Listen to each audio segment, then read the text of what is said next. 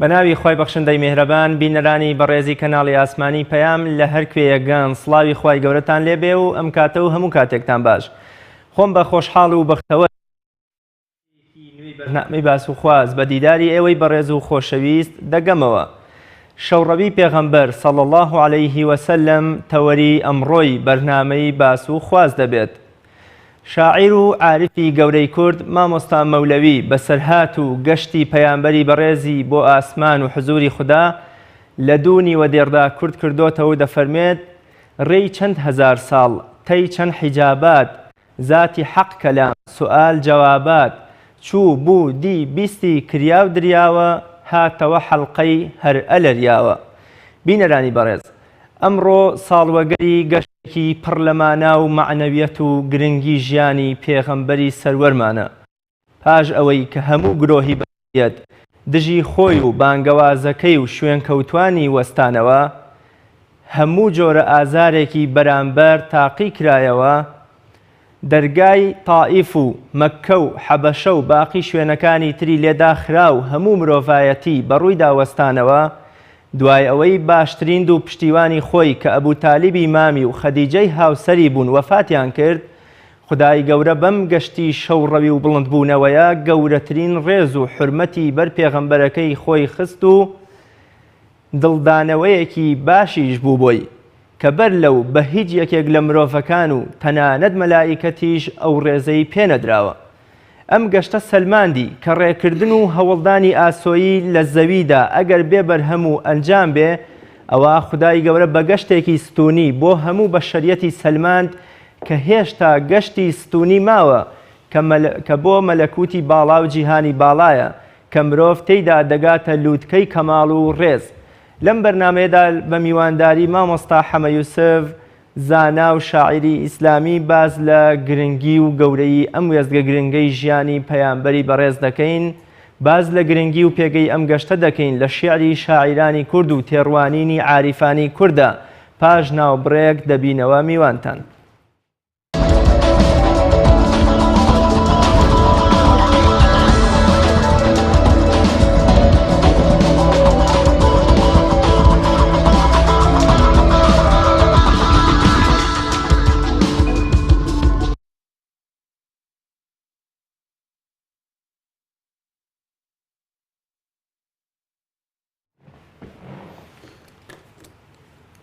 بینەرانی بەڕێز دووبارە سڵاو. مامۆساییان زۆر سپاسی بەڕێز دەکەم لە ئامادەبوون لە بەرنامەی باس و خواست. سپاستان دەکەم یاخوا بێەوەی ئینشاڵڵا زۆر سپاس. یاخوا بەخێر. مامۆساییان سەرەتا پێم خۆشە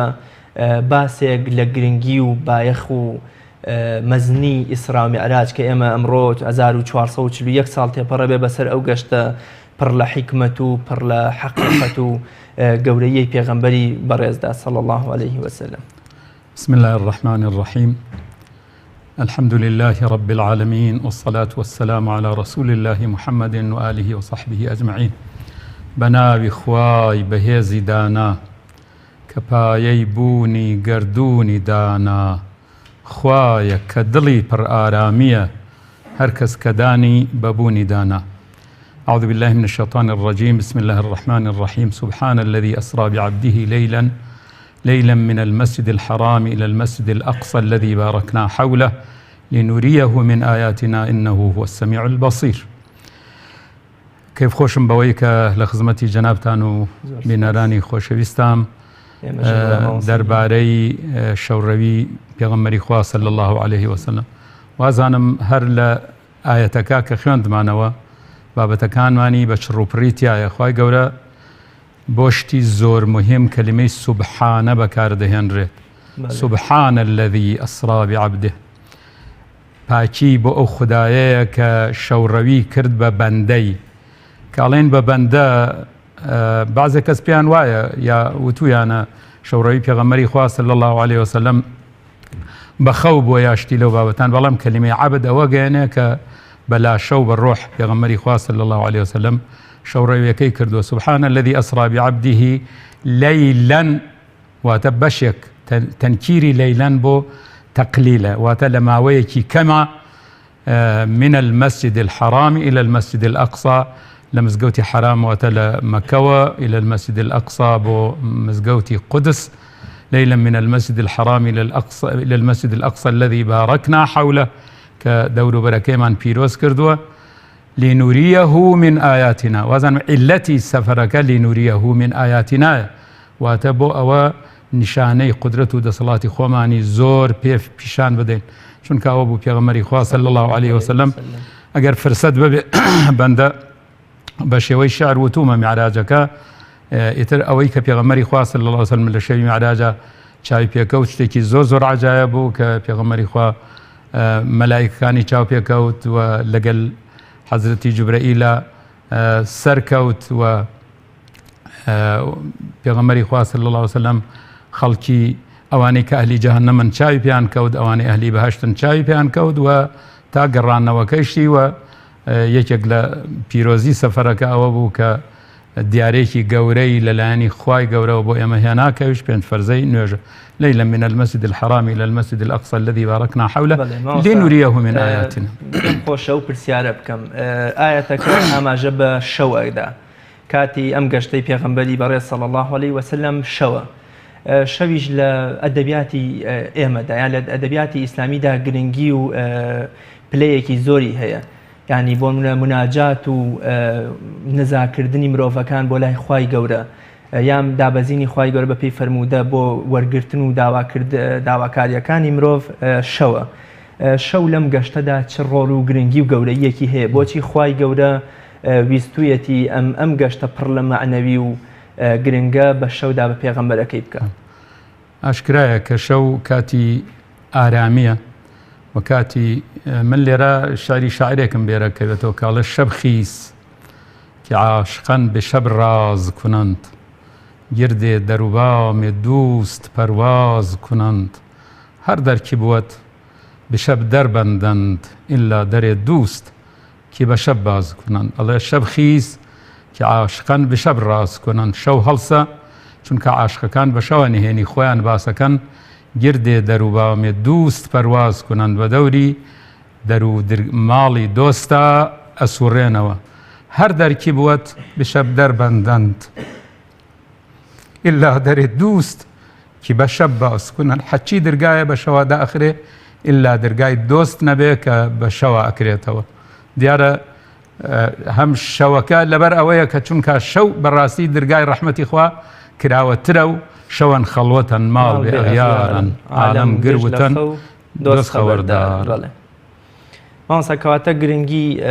ئەم گەشتە لە شەوە بۆ ئەوەیە کە بەڕاستی هەموو دەرگاکان داخراون هەموو خەڵکی لە خەوێکی وەکوڵی غەفڵەتان تەنها ئەو دۆستی ڕاستەقینەی مرۆڤەکانە کە ئاگای لە نیاز و ڕاز و نهێنی مرۆڤەکانە بەڵێ مامۆستا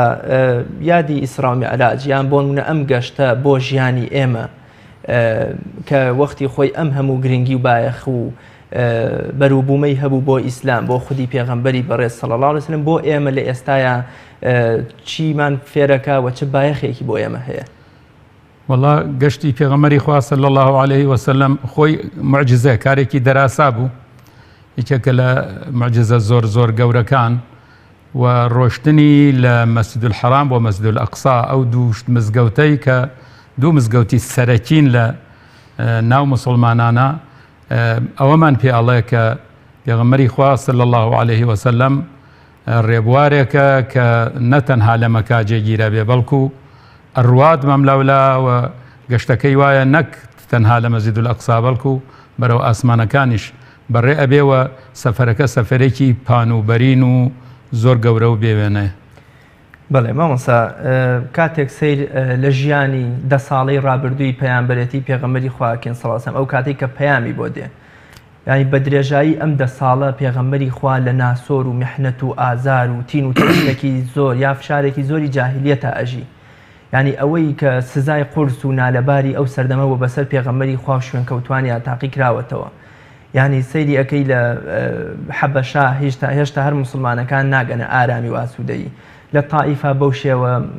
ناشرینە بەرپەرچی خۆی و هاوڵە بەڕێزەکەی ئەدرێتەوە ڕوبەڕوو ئەکرێتەوە سەری پیرۆزی خوێناوی ئەکرێت تا خوێن تا پێڵاوەکانیشی پڕەکە دوای ئەوە لەو ساڵەدا کە ئیسرا و میعراج تیا ڕوو ئەدا دوو لە دۆستە زۆر نزیک و پەرژینە پارێزەرەکانی کە عەبدولموتەلیبی باپیرەتی و خەدیجەی خێزانی وەفا دەکەن اینجا خوای گەورە ئەم ڕێز و حرمەتەی پێبەخشێ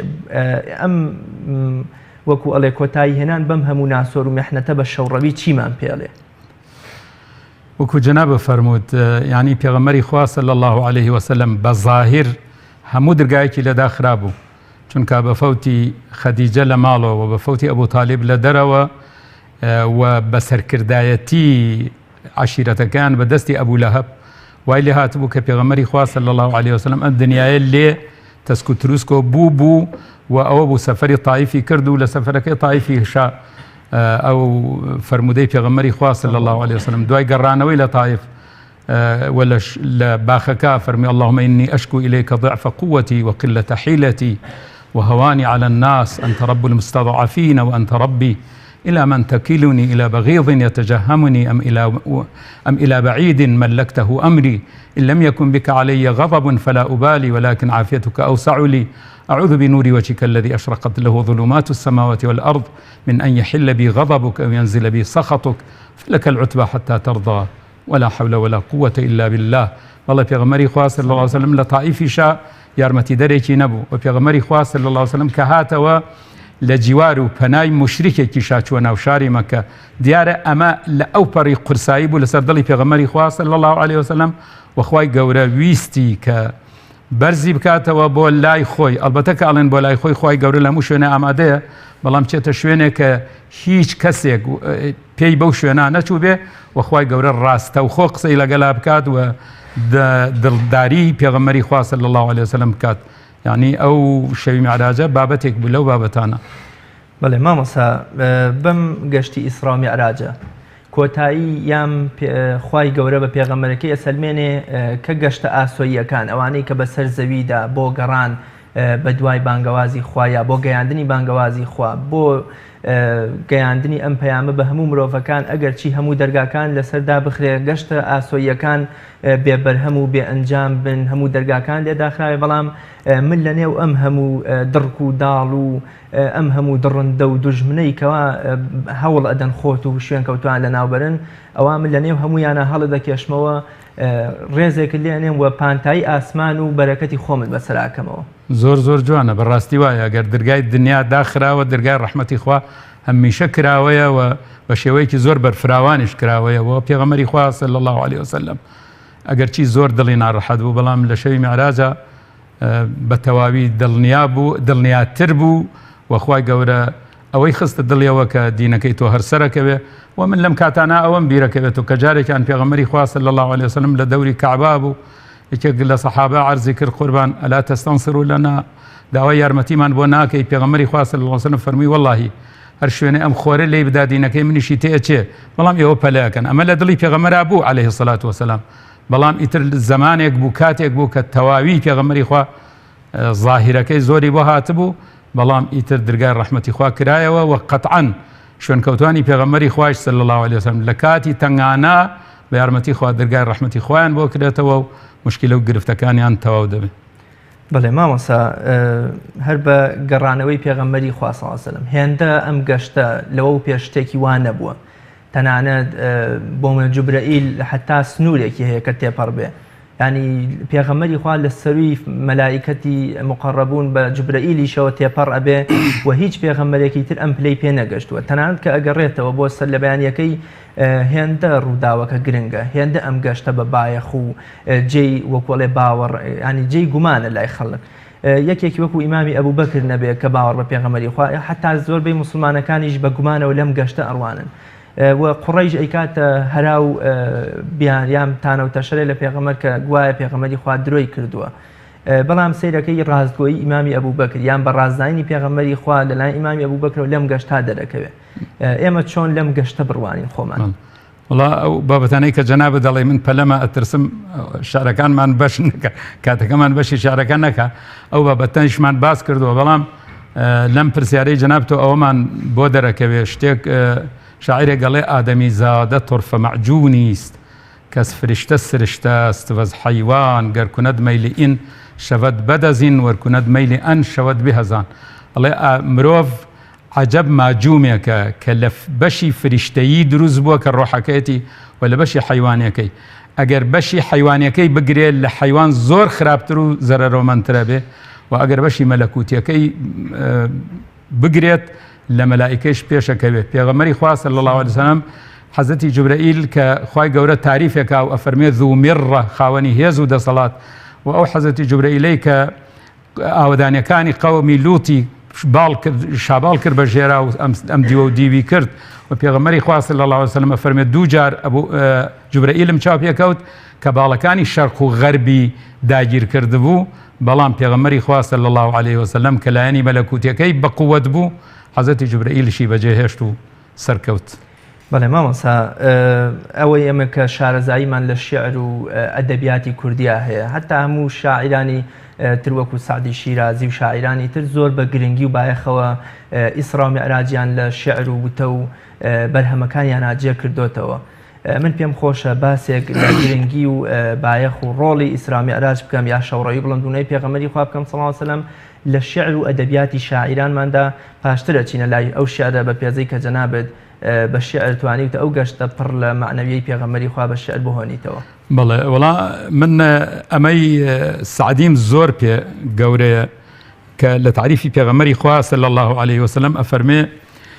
شەوی بەرنشەستەس فەلەک بەرگوزەشت بتەمکین و جاهەز مەلەک دەرگوزەشت. ئەفەرمێ پێغەمبەری خوا صلی الله علیه وسلم شەوێک سوار بوو لە گەردوون لە ئاسمان تێپەڕی بە پلەپایە لە فریشتەش تێپەڕی چونەن گیارم دەرتەیه قوربەت براند کی بەر سدرە جبریل زوو بازمەند ئەوەنە بە گەرمی لە سەحرای نزیکی لەخوا سەرگەردانگەی نزیکی لەخوا تێئەپەڕی کی بەر سدرە جبریل زوو بازمەند لە سدرەت المنتها جبریل لێی بەجێما بدوو گفت سالاری بەیت الحرام کی ئەی حاملێ ڤاحی بەرتەر خەرام پێیوت گەورەی بێت الحرام کە پێغەمبەری خوایە صلی الله علیه وسلم بە گەورەی مەلائیکەکانی فەرموو ئەی هەڵگری وەحی کە تۆ گەورەترین فریشتەی خوای زیاتر تۆزێکیش سەرکەوە چو دەردوستی مخلصەم یافتی ئینانەم ز سوحبەت چرا تافتی وەختێ لە دۆستیە منت ئەبینی کە چەنێ دڵسۆزم لەگەلتا ئیتر لە هاوڵیەکەم بۆ وەرەگەڕێیتەوە بگوفتە فەراتەر مەجاولەم نەمەند بمەندەم کینەی ڕوویە بالەم نەمەند وتی ئیتر من زیاتر مەیانم نەماوە ماندوو بووم چونکە هێزی باڵەکانم نەماوە ئەو باڵانەی کە شەرق و غەربی پڕکرده بوو ئەگەر یەک سەرێ مووی بەرتەر پەڕەم فروغێ تەجەلا بسوزەت پەڕەم یەک سەرە مووی تر سەرکەوم شەوقی تەجەلای خوا باڵەکانی من ئەسووتێنە بەڵام پێغەمبەری خوا صلی الله علیه وسلم لێوە سەرەکەوێت. بەڵێ مامۆستا شاعیرانی تر چۆن باس لە ئیسرا میعراجەکەن، ینی ئەو نیوە دێڕەی کە شاعیر و عاریفی گەورەی کورد مامۆستا مەولەوی یان بۆ منە مەحوی زۆربەی شاعیرانی تر بێخود ئەمانە زۆر گرنگیان بە ئیسرا میعراج داوە. پێگەی ئیسرا میعراج لە شیعر و ئەدەبیاتی شاعیرانی ترا چۆنە؟ وەڵام من کە باسی مەحوی ئەکرێ ئەو شعرم بیرەکەوێتەوە لە دوای ئەوە کە زۆر بە گەورەی پێغەمبەری خوا صلی الله علیه وسلم باسەکە لە قەسیدەی بەحری نور یا قەسیدەی بەحری نونە کە بۆڵێن نور چونکە وصلی الله على ئەو بەحری نوری دەست پێەکە قەسیدەی بەحری نونیشە چونکە ئاخرەکەی نونە ئەکرێ قەسیدەی بەحری نون بێ. جا لە وەختێ باسی گەورەی پێغەمبەرەکە صلی الله علیه وسلم و ئەوەی کە ئەڵێ لەگەڵ ئەم احتیشاما زوهدی دنیایی تەماشاکە کە یەک لە دنانی جۆب و قوتیا خورما دووسێ دانە فەلەک جاهێ سەری خەرمانی تا عەرش ئەڵبەتە نابێ تەنەزول کا علووی همەتی بۆ دنکەزی زانە. من وازانم هەر لەم دانە شعرا بەحسی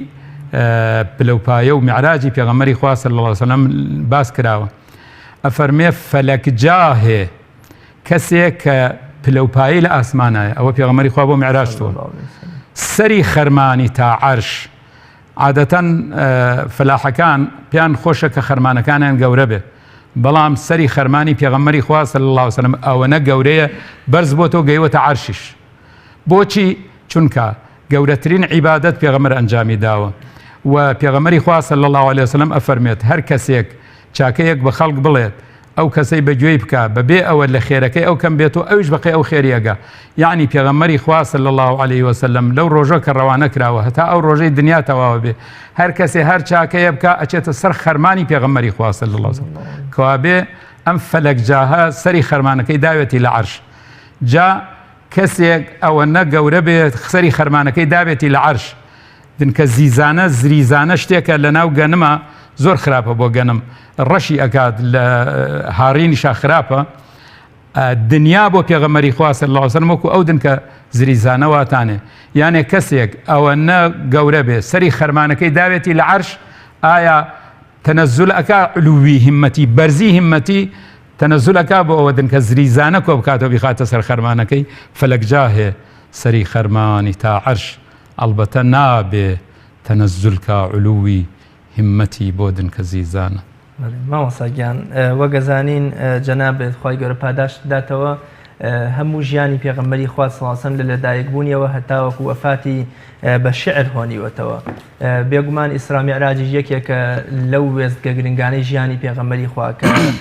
زۆر گرنگە و کاروباری ئاینی تێدا ڕوون کرایەوە و فەرزی نوێژی تێدا فەرز کرا.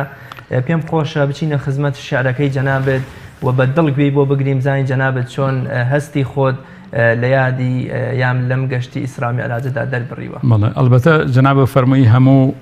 ژیانی پێغەمبەری صلی الله علیه وسلم بە شعر هۆنیوەتەوە ئەڵبەتە بەڕێگەی بە شعر هۆنینەوە تا پەیمانی عەقەبە هاتووم و نایزانم ئایا مردن ماوە ئەدا یا مەجال ئەبێ کە تەواوی کەمیان نە. بەڵام گەیشتومەتە میعراجەکە و باسی میعراجەکەیشم کردووە بەم شێوەیە کە لە خزمەتتان نایخوێنمەوە. خوێنەری ئازیز باش ئاگات لێیە ژیانی حەزرەت هەتا ئەم جێیە کە چەندە سەخت و چەندە دژوار بوو چەند پڕ لە ئەرک و ڕنج و ئازار بوو بەڵام بە سەبر و ئارام و یەقین بانی خۆی ئەکرد بێ لەرە و لەخشین کەسێ مەبەستی زاتی ئەڵڵایە سەد کێوی مەینەت لە لای وەکایە دەریا بوو دەریا هەر لێڵ نەئەبوو ڕاست ڕێگەی ئەگرت لێی وێڵ نەئەبوو یارانی ئەنارد بۆ ئەملا و ئەولا ئەماوە خۆی و فەرمانی مەولا ئەوە 10 ساڵە هەر ڕەنجە و ئازار جنێ و توانج دەرکردن لە شار ئەوانەی ڕەنجیان لەگەڵ ئەکێشا لە ئازاردانی دڵیان ئەیەشا دڵخۆشی کار و مەڵهەمی زامی خەمخۆری عمری بەڕێزی مامی لەگەڵ خەدیجەی دەروون پڕ لە سۆز یارمەتی دەری خاوێن و پیرۆز هەردوو کۆچیان کرد کۆچی دوایی ئەمیان بەجێ هێشت وا بە تەنیایی ئاوی ساف ڕۆیی و خەڵتە بەجێما ئای ئەبوو لەهەب کەنا بەجێما لەجێ یارمەتی خوێنی حەڵال کرد کێ بەجێماوە و ئەی خوایە کێ مرد ئەوەی کە ڕەحمەت لە بۆ عالەمە لە مەدحیا هەرچی بوو ترێکەمە قەومانی ئەڵێن وا دەرمان کردی ژینت ناخۆشە خۆزگا ئەمردی خزمی تایفیش کە نۆرەیان هات وایان کرد باسی معلومە لەلات کەسێ پەنای ئەو خوا بێ بە تەنیا هیچ باکی نییە لە هەموو دنیا نۆرەی کەرەمە ئەی خوایە ئامان با پڕ بێ لە ئەرز هەتا ئاسمان مرۆڤ لە ئەرزا ئەگەر نامۆیە سەرەی پێشوازی فریشتەی تۆیە ئەگەر پێغەمەر لێی نییە چاتر بێنیاز نییە لە لوتفی زیاتر گەروەری نەگرن مرۆی بێمایە دەرگای ئاسمانی بۆ ئاوەڵایە خزمان دەریەکەن وا بە بێنازی با پێغەمەران بێنە پێشوازی گەردەری ئەکەن قەومانی ناکەس میوانداریەتی فەردی فەریاد ڕەس مانگی ڕەجەبە و ساڵی دەهەمە لە بۆ سەری مانگ 3 ڕۆژی کەمە شاباڵی جبریل لولیدا بۆ خوار بۆ خزمەت کەسێ بەدیمەن هەژار جبریل کام جبریل بەهێزێ وایە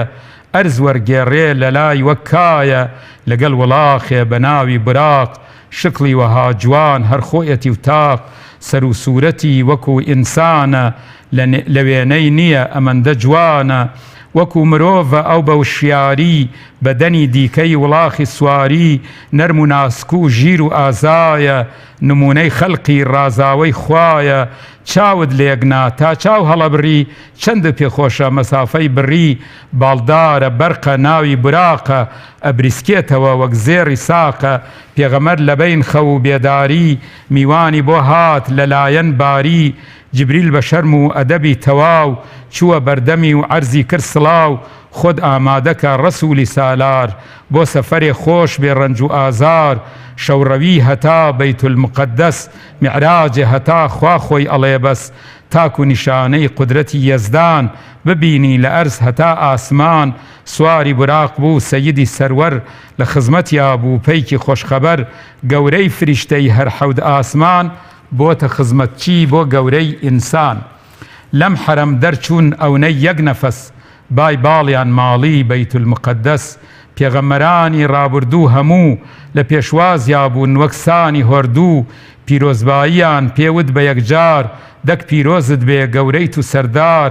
ڕۆحیان مجەسەم چاک وەستان بەڕیز بوو بە ئیمامیان میوانی ئازیز لەسەر سەخرەوە ئەمجا بەرزۆ بوون تا دەرگای سەمای یەکەمین هەرچوون لە دەرگا درا و خاپی کراوە بینی کە ئادەم لەویا وەستاوە فەرمووی بەخێر بێی کوڕی چاک و پاک ئەی پێغەمبەری خوای تەنیا و تاک ڕۆحی مردووان بەلای ئادەمدا سەر ئەکەوت بینی هەموو لەو دەمدا بەلای ڕاستیدا ڕۆحی موسڵمان بەلای چەپیشیا گورۆی بێ ئیمان ئەمجا بەرزۆ بوون بۆ سەمای دووهەم قاپی لێ درا و کراوە دەردەم یەحیای زەکەریا و عیسای کوڕ مەریەم لەویا بینینی ڕەسوولی خاتەم سەلامی کرد و وەڵامیان داوە وتیان مەرحەبا لەم نووری چاوە پێغەمبەرێ باش تۆ برای چاکی بەخێرچی میوان خوای بێباکی ئەمجا بەرزۆ بوون بۆ سەمای سێهەم درگا لێ درا و کراوە دەردەم حەزرەتی یۆسف لەویا وەستا بوو نیوەی لاوچاکی بە ئەو درا بوو سەلامی لێ کرد وەڵامی داوە پێیوت بەخێر بێی بە مەرحەباوە لە چوارەم ئیدریس لە پێنجەم هاڕون لە شەشەم موسا هەموو وەستا بوون هەموو ئەیانوت تۆ پێغەمبەری برایەکی باش گەورە و سەروەری لە حەوتەم سەما بینی ئیبراهیم لە ئەم سڵاو و لەو ڕێز و تەکریم ئەم جارە بینی سیدرەی منتەها دارێکی گەورەی خاوەنی بەها فریشتەی زۆری بێحەد و ژمار دەوریان دابوو هەزاران ملیار بەیت المەعموری بینی وەک کابە فریشتە حەجیان لەوێ حەسابە ئیتر جوبرەئیل لەویا پەکی کەوت حەزرەت بە تەنیا و بێ جبریل سەرکەوت پێی فەرموو وەرە بەجێم مەهێڵە بەرەکەت ئەڕژێ وەکو ڕەهێڵە فەرمووی زۆر ڕاستە بەڵام گەر بفرم بەرگەی تەجەلای خوا ناگرم باڵم ئەسووتێ و پەکم ئەکەوێ هەر کەس تا جێیەک ئەبێ سەرکەوێ ئێمەی فریشتە هەتا ئەم جێیە فەرمانی بەرە و لای عەرشمان پێیە پێغەمبەر وێنەی بروسکە سەرکەوت جوبرەئیل وەستا تەواو پەکی کەوت گەیشتە شوێنێ جێگە نەما بوو مادە تەواو بوو پێگە نەما بوو خوا لەویا یەک و پێغەمبەر دوو بوو ڕۆحیش پێی بەویا هەرگیز نەچوو بوو لە خوا نزیک بوو هێندەی کەوانێ یا لەوەش کەمتر تۆ خۆت بۆی دانێ بەخێری هێنا خوای بانی سەر پێی فەرموو گەورەی مرۆڤ سەراسەر من چۆنم بوێ تۆ وات هێناوە ئارام بەلای من کارت تەواوە بەو هەموو بارەی کە پێت دراوە ئەگەی بەو پلەی بۆ دانراوە ئاخری دینت هەر سەر ئەکەوێ سەری دوژمنت چاکدا ئەنەوێ ئەو پلە بەرزەی بۆ تۆم داناوە بێڕەنجومەینەت بە کەس نەدراوە خەممەخۆ چونکە منت لێ ڕازیم کارت بسپێرە بە چارە سازیم ئەو توێژەی لەویا ڕووی داوە بەما ئەو حاخوا خەبەری داوە چ خۆشە بەندە بگاتە مەولای بۆ خۆی عەرزی کە ئاوات و نزای ئەویش کام بەندە گەورە محەممەد چ مەولا ئەڵڵای خالقی سەمەد محەممەد ئەگەر مانیەک بوو ئەو شەو بوو بە خۆرێکی بە شەوق و پڕتە و ئەو نورە نووری ذاتی خوایە هەتا هەتایە کۆتایی نایە خوایە بە حەقی ئەو کات و ساتە ئێمەش ببەخشی بەو معجزاتە هەرچی پێویست بوو لەبەی ناوترا ئەم جارە ئیزنی هاتنەوەی درا بۆ دیاری شەوی وا پڕبەرەکەت پەنجا نوێژ فەرز بوو بۆ خۆی و ئومەت کە گەڕایەوە موسا پێغەمبەر فەرمووی ئەمری خوا چی بوو ئەی سەروەر فەرمووی خوای گەورە وای بڕیارداوە 50 فەرز نوێژی بۆمان داناوە فەرمووی 50 نوێژ زۆرە ناکرێ لە بۆ ئومەت ئەنجام نادرێ بگەڕێرەوە بازاتی باری لەسەرتان سووکە زۆر بە یەکجاری هاتوچۆی کرد و هەر سووک ئەکرا هەتا لەسەر 5 وا بڕیاردرا هەرچەندە موسا فەرمووی بکرێکەم پێغەمبەر فەرمووی ڕێ بە خۆم نادەم نوێژی 5 فەرزە دیاری خوایە دیاری هێنەریش ڕەسوول اللهە لە ڕێی نوێژەوە مرۆی مسلمان پەیوەندی دەکا بە خوای میهرەبان میعراجێ بچووک بۆمان سازاوە لە ڕێی میعراجی ڕەسوول اللهوە خوێنەری ئازیز تۆوا مەزانە کە خوا خاوەنی جێگە و مەکانە لە هەموو شوێنێ خوا ئامادەیە لە هەموو شوێنێ خوا ئامادەیە لە ئاوەزداران شتێ سادەیە چوونی پێغەمبەر بۆ ئەو جێگایە بۆ ئاشنابوونی ڕەسوول اللهە هەتا ببینێ نیشانەی قودرەت بۆ بەرزی پایە و مەقامی حەزرەت ئەو خەڵوەتگەیە کە پێغەمبەر چوو نەبۆ فریشتە و نەبۆ بەشەر بوو بەر لە ڕۆشتنی سینەی لەت کرا پڕ لە حکمت و معریفەت کرا نیعمەتی بەهەشت سزای ئەهلی نار هەر هەمووی بینی ئەمجا هاتە خوار بینی کەسانێک کە بەردی ئاگر ئەخرایە دەمیان پۆزە وەک خوشتر لە پاشیانەوە بەردە دەرئەچوو سزایان دایم هەروەها ئەبوو ئەمانە کێبوون ماڵی هەتی و خۆر بۆ بێدەسەڵات خاوەن زوڵم و زۆر بینی کەسانێ خاوەن ورگی زل ناتوانن هەستن ئەکەن تەپوتل گێرەیان ئەکەن کەسانێکی تر بەسەر ورگیانە ئەچنە ناو ئاگر جوبرەئیل فەرمووی گێرەکراوان گەدەزلەکان دەبیربراوان کەسانێک بوون لە دنیا سوخۆر زیادەیان ئەسن لە هەژار بە زۆر قەومی فرعونن گێرەکەرەکان زاڵم و هەژار چەوسێنەرەکان بینی کەسانێک کە گۆشتی قەڵە و وا لە بەردەستیان ناسکوپتە و گۆشتێکی چەق و لاواز و بۆگەن ئەخۆن و لاقەی پاکەکە ناکەن جوبرەئیل فەرمووی زیناکارانن داوێن پیسان و تاوان بارانن هاوسەری پاکیان واز لێ ئەهێنن هەوەس بە پیس و حرام ئەشکێنن کۆمەڵێ ژنی بینی هەڵواسراو بە مەمکی خۆیان دەمپڕ لە زوخاو جوبرەئیل فەرمووی ئەم ئافرەتانە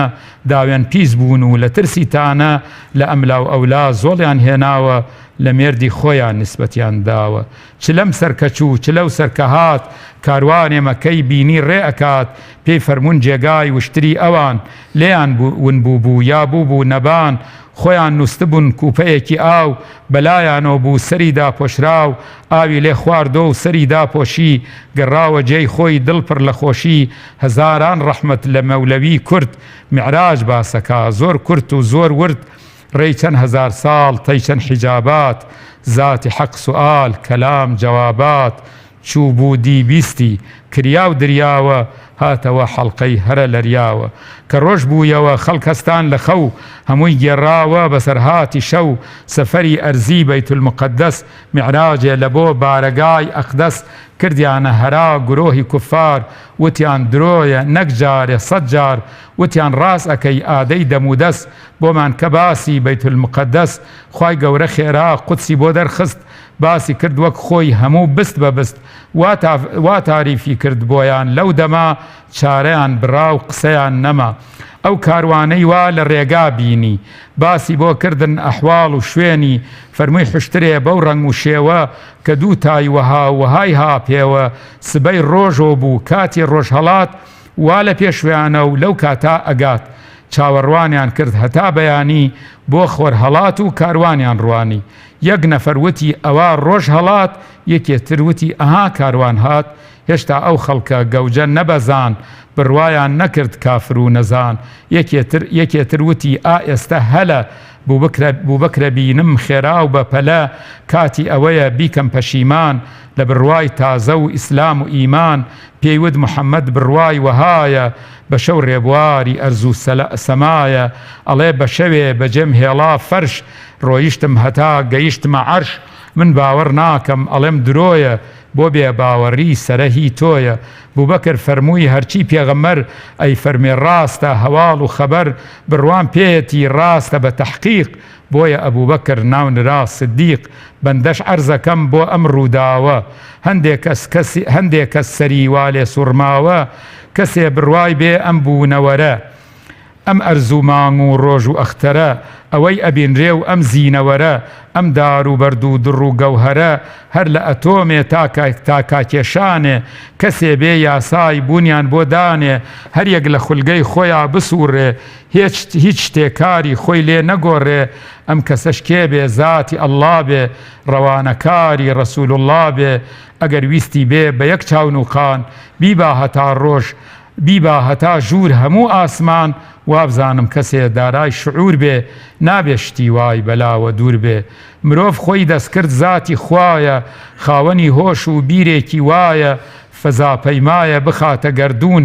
بۆ مانگ بۆ مێڕیخ یا بۆ هەر کوێ چوون لە ئەرز بە دەستگا هەڵی سوڕێنێ نەهێڵێ کاری خۆی بدۆڕێنێ تۆ بڵێ خاوەن ئەم بوونەوەرە نەتوانێ بکا کارێ سەمەرە لە لای من و تۆ چی زۆر گرانە لای خوا ئەنجامی سەهل و ئاسانە بۆیە من وەها خۆم ناکەم وڕاج کە بڕوام نەبێ بە چوونی معراج بەقەدەر هەرچی گیانی وا لەبەر لە جن و مەلەک گرۆهی بەشەر بەقەدەر هەرچی خوا پێی خۆشە بەقەدەر هەرچی عشق و خرۆشە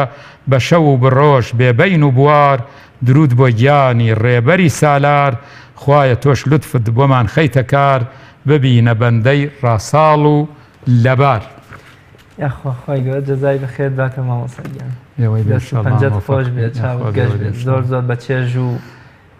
گشتگیر بوو بەڕاستی مەمنونم خی گەورە پاداشتی بەخێر بداتەوە مامۆستاگیانمان بە ئینشاڵڵا یاخوا خی گەورە سەلامەت کە خی گەورە پاداش باتەوە مامۆستا لە باسی جەنابەت باسی معراجی بچووکت کرد پێغەمبەری خوا صلی الله علیه و سلم ئەچێ بۆ حزوری خوا معراجێک بە جەستە و بە ڕۆحی خۆی معراجێکی گەورەیە کە خوای گەورە بەر لەو بە هیچ یەکێک لە دۆستەکانی خۆی بە یەکێک لە بەندەکانی خۆی تەنانەت بە مەلائیکەت بە جوبرەئیلیشەوە نەیداوە ئەمە معراجێکی گەورە بوو بۆ پێغەمبەری خوا صلی الله علیه و سلم بەڵام لەگەڵ ئەوەشدا کە کۆمەڵێ دیاری یان پەرستشی گەورە دەهێنێتەوە لەگەڵ خۆیدا ئەم نوێژانی کە بۆی ئێمە ئێنێتەوە جەنابێت ئاماژەت بەوەدا کە ئێمەش ئەتوانین ڕۆژانە 5 جار معراجێکی بچووک بە ڕۆحی خۆمان بکەین جەنابەت چۆن ینی ئەم معراجی بچووکە چۆنیە کە موسڵمان وەکو ئومەتی پێغەمبەری خوا ئێمەش لەو معراجەی پێغەمبەری خوا بێبەش نەبین بەندە پێم وایە کە ئەوەی ئاینی ئیسلام هێناوێتی دوو پەیوەندیە پەیوەندیەک لەگەڵ خوا پەیوەندیەک لەگەڵ خەڵکی خوا باشترین جۆری پەیوەندی لەگەڵ خوا بریەتیە لە نوێشکردن کە وتمان ئەمە معراجێکی بچووکە بۆ ئێمە لە ڕێگەی معراجەکەی پێغەمبەری خواوە صلی الله علیه وسلم ئینسانی نەزانی زۆرمان هەیە ژمارەیشان زۆرە لە هەر کەسێ پرسی تۆ هەی ئەڵێ بەڵێ من هەم بەڵام ئەگەر پرسی خوا هەیە کەسی وایە ئەڵێ نە خوا نییە پەنا بەخوا بەڵام ئینسانی نوێش خوێن کە عقل و هۆشی لە مێشکایە وەختێ سوژدە ئەوە حەوت پارچە لە ئەعزای خۆی ئەخاتە سەر ئەرز کە بریەتیە لە ناوچاوانی لوتی و هەردوو دەستی هەردوو ئەژنۆی قاچەکانی ئەخاتە سەر زەوی لەو وەختا بیر ئەکاتەوە ئەوە دێ بە دڵیا کە من لەم خاکە دروست بووم و بۆ ئەم خاکە ئەگەڕێمەوە ئەمە وەکو جەستەی وەکو جەستەی ئەم جارە بیریش ئەکاتەوە کە کێ گەورەترین کەسە لە سوبحانە ڕەبیە الئەعلا وبحەمده پاکی بۆ خوای بەرزی منە وە سپاسیش بۆ خوای وەکو پێغەمبەری خوا صلی الله علیه و سلم فەرمانم پێ دراوە لەسەر 7 ئێسک سوژدە بۆ خوا بم ئەوەی کە جەنابەت ئاماژەت پێدا بە گێڕانەوەی جەستە و گرمۆڵەکردنی و بچووکردنەوەی بۆ سەر زەوی ئەمە جەستەکە وەکوڵێ لە خاک بووم و لە خاکی ژەگەڕێمەوە بەم سبحانە ڕەبیە الأعلا وبحەمدیهیش ڕۆحمان معراجێکەکە گەڕێتەوە بەلای خاوەنە ڕاستەقینەکەی وەکو ئیمامی محەممەد غەزالی فەرمێ ئەگەر جەستە لە ڕۆح گرنگتر بواە ئەوە جەستە ژێر خاک نەئەنرا و ڕۆح بگەڕێتەوە بۆ مەلەکوتی باڵا ڕاست مامۆستا هەر لەم معراجەی پێغەمبەری خوادا صلی الله علیه وسلم وەکوڵێ خاتەمیەتی پێغەمبەری خوا ئیسپات دەکرێت یعنی ئەوانەی کە پێغەمبەری خوا خۆیە فەرمێ دوای من هیچ ئومەتێک نایە هەروەکو چۆن هیچ پێغەمبەرێکی تریش نایە دوای ئێوە هیچ ئومەتێ نایەت و پێغەمبەری تریش نایە خوای گەورە ئەگەر یەکەم پێغەمبەرێک نادبێتە سەرزەوی ئادەمە و بە گێڕانەوەی پێغەمبەری خوا بۆ جیهانی باڵا بۆ جیهانی مەلەکوت سەلمانی کە تۆ کۆتاهەمینی پێغەمبەرانی و سەردار و سەرمەشق و پێشڕەوی هەمویانی ئەم ئاماژەیەشی تێدا نییە میعراج قەتعاً وایە قەتعاً کە ئیتر ئەوە وەکو وتمان پێغەمبەران سەلامی خۆیان لەسەر بێ معجزەی جۆرا و جۆریان هەبووە بەڵام بە فەوتی خۆیان معجزەکانیان تەواو بووە بەڵام پێغەمبەری خوا صلی الله عليه وسلم ئەو معجزە گەورەترین معجزە کە بۆ ئەم ڕووی داوە کە معجزەی معراجە بۆ هیچ کام لە پێغەمبەران ڕووی نەداوە و قورئانیش کە گەورەترین معجزەی پێغەمبەری خوایە صلی الله عليه وسلم لە هەموو سەردەمێکە ئامادەیە و هەر کەسێک مەیلی بێ دەستی ئەگاتێ والحەمدولله لە دنیای ئەمڕۆدا قورئان بە هەموو زوانەکانی دنیا تەرجەمە کراوە تەفسیر کراوە و خەڵک لە هەر کوێیەکی ئەم دنیا وەکو لە ئەوڵی باسەکەەوە باسم کرد پێغەمبەری خوا صلی الله عليه وسلم فەرمووی ئەوە لە شەڕی خەندەقیشە بەردێکی گەورە هاتە بەر خەندەقەکە بۆیان نەئەشکا پێغەمبەری خوایان صلی الله عليه وسلم بان کرد و پێغەمبەری خوا بەو هۆکارە وەسیلەیەکە لێیدا دوو پزیسکەیدا لە پزیسکەی یەکەمە فەرمووی ئەوە ئێرانمان گرت ساسانمان گرت لە پزیسکەی دووهەمە فەرمووی ئەوە ڕۆمانمان گرت لە ڕاستیشە پێغەمبەری خوا صلی الله عليه وسلم لە ئەو پەڕی وەکو لە میعراجەکە لە ئەو پەڕی ناڕەحەتیا بۆ خوا بەرزی کردەوە لە شەڕی خەندەقیشە پێغەمبەری خوا صلی الله عليه وسلم لە ئەو پەڕی ناڕەحەتیا بوو مۆسا حتا ئەوەی کۆچەکەی لەگەڵ ئیمامی ئەبوبەکر کە سوراقەی کوڕی مالک شوێنیانەکەوێ مژدەی بازن و تاجەکەی کسرای پێدا ینی هەر خۆشی سوراقە زۆر بەلای عجیبە لێ تۆ ئێستا هەموو قوڕیش دژتن و چۆن ئەتوانیشتی وا جا بالفعل من ئەڵێم لە شەڕی خەندەقیشە پێغەمبەری خوا صلی الله عليه وسلم ئەوە زۆری بۆ هاتووە هەموو قورەیشی و بە هەموو مشریکین و ئەحزاب لەگەلیان هاتوون بەنیازی ئەوە کە تەواوی پێغەمبەر و موسڵمانان کۆتایی پێبێنن لە ناویشە جوولەکەکانیش ئەوانش بەڵێنیان پێداوە کە ئەوانش لە ناوە دەستخۆن بە لێدانیان لە هەمان کاتا ئەو بەردەست دێتە سەر ڕێگەیان پێغەمبەری خوا صلی الله عليه وسلم ئەفەرمێ ساسانمان گرت ئەوە ڕۆمانمان گرت بالفعل ینی دەرونی پێغەمبەری خوا صلی الله عليه وسلم ئەیزانی کە ئەم دینەی بە هەموو شوێنێکەکە جارێک من لە کەسێکیان پرسیار کرد کەسێک لە دەرەوە لە ئەوروپا ئەوانە بوو مسلمان بوو لیان پرسی تۆ چۆن مسلمان بووی وتی وەڵا من لە ڕووداوێکی سیارە قاچم شکا مەجبور بووم زۆر لە ماڵەوە بمێنمەوە ئەم جارە لەگەڵ ئەنتەرنێت و شتا هەوڵم ئەدا قسە بکەم لەگەڵ خەڵکە لەگەڵ مسلمانێکە ڕوبەڕوو بوومە و پێم وتۆ چیت وتی من مسلمانم وتم ئەو دینە هیچ و پوچ و بە کەڵک نەهاتووە وتی جاوەچی دین هیچ و پوچ و بە کەڵک نەهاتووە گوێ بگرە لە من ئەڵێ دەستی کرد بە قسەکردن بۆم و منیش دەستم کرد بە گوێ لێگرتنی بۆم دەرکەوت کە بالفعل دینی ئیسلام دینێکی حەقەوە مسلمان بوو برادەرێکم ئێستش لێرەیە وتی لە کەنەدا بووین کە لە نوێژی جەژنێکی قوربانە ویستمان نوێژی جەژن بکەین 18,000 کەس ویستمان لە مزگەوتێکە نوێش بکەین جێگەمان نەبووە لە ئستادیۆمێکی وەرزشیە نوێژەکەمان کرد و 18,000 کەس لەوێ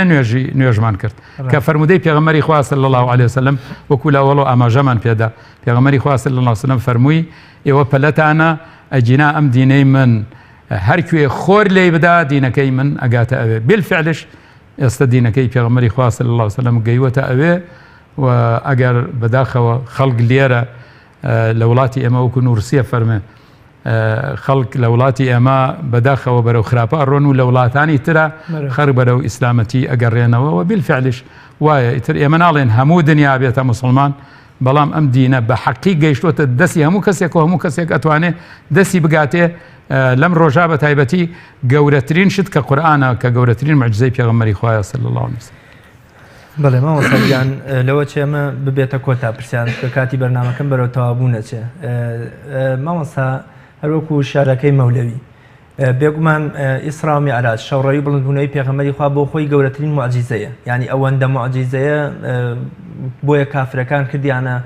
بیانوویەکی گەورە بۆ ئەوەی مسلمانەکانیشی لێ پاشگەز بکەنەوە وەکو جەناب داماژە پێدا کە چوون بۆ لای ئیمامی ئەبوبەکر ڕەزا و ڕەحمەتی خوای لێبێ کاتی ئەنجامدانی ئیسرا و میعراج ئەم گەشتە پڕ لە بەرهەمە بینینی ئەم هەموو پێغەمبەرە بەڕێزە پێشنوێژی بۆکردنیان لە بەیت المەقدیس اینجا ئاسمان بە ئاسمان و ئەم هەموو پێغەمبەرەی بینی اینجا مناجات لەگەڵ خوای گەورە و بینینی دۆزەخ و بەهەشت و نمونونەکان و بە کاتێکی کەم وەکو حەزرەتی مەولەوی ئەفەرمێ ڕێی چەند هزار ساڵ تەی چەند حیجابات ذاتی حەق کەلام سوال جوابات چوو بوو دی بیستی کریا و دریاوە هاتەوە حەڵقەی هەر ئەلەریاوە ئەو حەڵقەی کە بە دەرگاکەوە هەر هێشتا لە لەرینەوە بووە هێندە حتا هەندێک لە زانایانی ئەم هاوڵانی خۆی فەرمونون گەرمی جێگەکەی هێشتا هەر ماوە من پێم خۆشە باز لە ئەمە بکەین ئەم کاتێکی کەم بەرهەمێکی زۆر کاتێکی کەم گەشتێکی زۆری فراوانی دوور و درێژ ئەمەی کەوتمان ئەمە هەموو شتەکە مەعجزەیە کاری دەراسایە ڕۆشتنی کەسێک لەم حرم بۆ ئەو حرم ئەمجارە کەسێک بۆ ئاسمانەکان و لەوێشەوە بۆ شوێنێک کە جوبرەئیلیش نەتوانێ بڕوا هەمووی مەعجزەیە دیارە هاتنەوەکەیشی هەروە مەعجزەیە ئیتر کەمیەکەیشی ئەوەمان پێگەێنێ کە ئەکرێ لە ماوەیەکی کەمە کاری زۆر زۆر ئەنجام بدرێ و ئەم ئاینی ئیسلامە لە ژیانی پێغەمبەری خوا صلی الله علیه و سلم 23 ساڵ بوو 23 ساڵ پێغەمبەری خوا صلی الله علیه و سلم ئاینێکی هێنا کە هەتای مرۆڤایەتی ئیستیفادەی لێکە یعنی ئەکرێ لە ماوەیەکی کەمە بەرەکەتێکی زۆر دابارێبەوە بالفعلیش پێغەمبەری خوا صلی الله علیه و سلم خۆی ژیانی بەرەکەت بوو تەمەنی بەرەکەت بوو میعراجەکەی بەرەکەت بوو و هەمووی هەر بەرەکەت و ڕێز بوو مامۆستا من شتێکی وام نەماوە کۆتا قسەی جەنابن لەسەر ئەم گەشتە بە بایەخ و معنەوی پێغەمبەری خوا شتێک من نەمپرسی بێ و پێویست بکات جەناب داماژەی پێ بکەیت والله من ئێمە زۆر جار سڵاواتە دەین ممکنە زۆر کەم بیر لە سڵاواتەکە بکەینەوە جارێ خوای گەورە فەرمێ إن الله وملائكته يصلون على النبي يا أيها الذين آمنوا صلوا عليه وسلموا تسليما خوا دائما رحمة وبركة أرجينا بسر پیغمبری خوا صلى الله عليه وسلم ملائكة كانش كما وصم الله كريم بالرحمة به لشعرك فرمي لآسمانا نية جي يكبي إلا ملك حاضر لوجه توبير كرو أمهم ملائكة هموي داوي الرحمة بو پیغمبر كان صلى الله عليه وسلم دي يا أيها الذين آمنوا صلوا عليه وسلموا تسليما إيمان داران إيوش صلواتي ليبدن بالفعليش لسر أرزا كاتو لحظة قنية كهمو إنسان كانوا مروف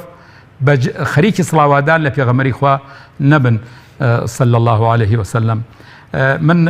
لكوتاي باسكا شاركي بخدم خوش بيركبتو